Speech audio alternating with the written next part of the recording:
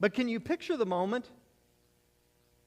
Solomon's walking through the palace, looking over the kingdom, the temple, the vineyard, the gardens, all that wealth that he accumulated over time. We talked about that last week. Years of labor, years of sacrifice, years of decisions that only he could make, years he would never get back. Then one sobering thought crashes over him. One day,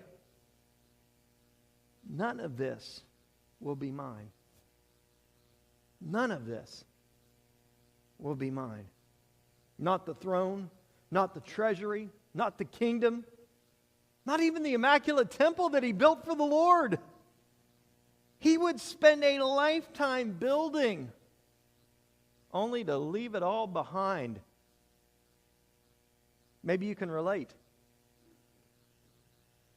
Perhaps you've spent years, decades building a business, raising a family, saving for retirement, investing in a ministry, caring for a home, and somewhere along the way it dawned on you, one day someone else will hold what my hands have built. Suddenly Solomon realizes something that had been true all along, and that is that ownership is an illusion. Ownership is an illusion. And what is pulling the curtain back to show him? Death. The reality of death. Like a lot of people, I find myself thinking about death the older I get. I think more about it the older I get. Not because I've never been faced with it as a younger man. When I was a younger man, I was in ministry. I was preaching sermons of the very young and the very old. Death is no respecter of persons.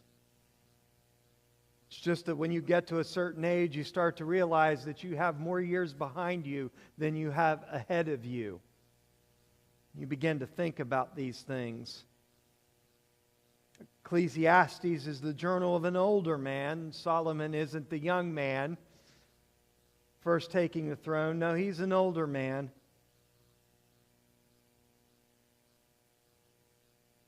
Have you ever noticed that death has a way of putting everything into perspective? Death doesn't change reality. Death exposes it. Death exposes it. Death doesn't show up and suddenly strip Solomon of ownership. It simply exposes what had been true all along. Everything Solomon called mine had only been his for a season. That's why Solomon's father, King David, wrote in Psalm 24, "The earth and everything in it, the world and its inhabitants belong to the Lord. For He laid its foundations on the seas and established it on the rivers." I want you to notice what David doesn't say. He doesn't say the earth belongs to those who earned it. He says the earth and everything in it belong to the Lord. Always has, always will. Solomon isn't discovering a new truth here. I mean, this isn't a light bulb moment for some new discovery of reality. He's just finally submitting to an old truth. That God has always been the owner. We have always been the managers.